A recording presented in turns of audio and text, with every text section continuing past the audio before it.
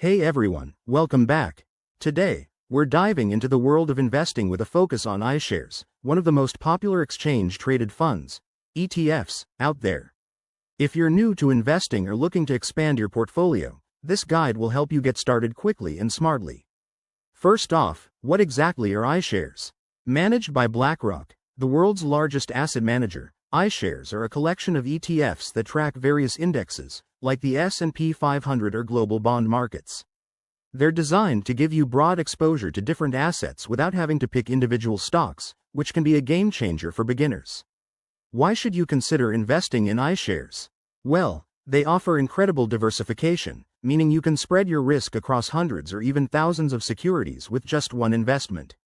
Plus, they typically have low expense ratios, so you're not bleeding money on fees.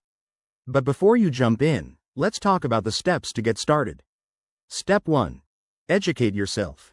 Research iShares funds on BlackRock's website or reliable financial sites to understand what each fund invests in. Step 2. Open a brokerage account. Platforms like Vanguard, Fidelity, or Robinhood make this easy and often have zero commission trades for ETFs. Once you're set up, Step 3. Choose the right iShares fund. Think about your goals.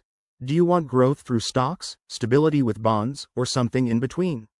For example, the iShares Core S&P 500 ETF, IVV, is a solid choice for U.S. stock market exposure. Step 4.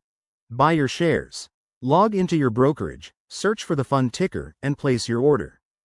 Don't forget to set up automatic investments if you can, to build your portfolio over time.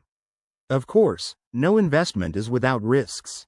Market volatility can affect iShares just like any other asset, so always consider your risk tolerance and maybe consult a financial advisor.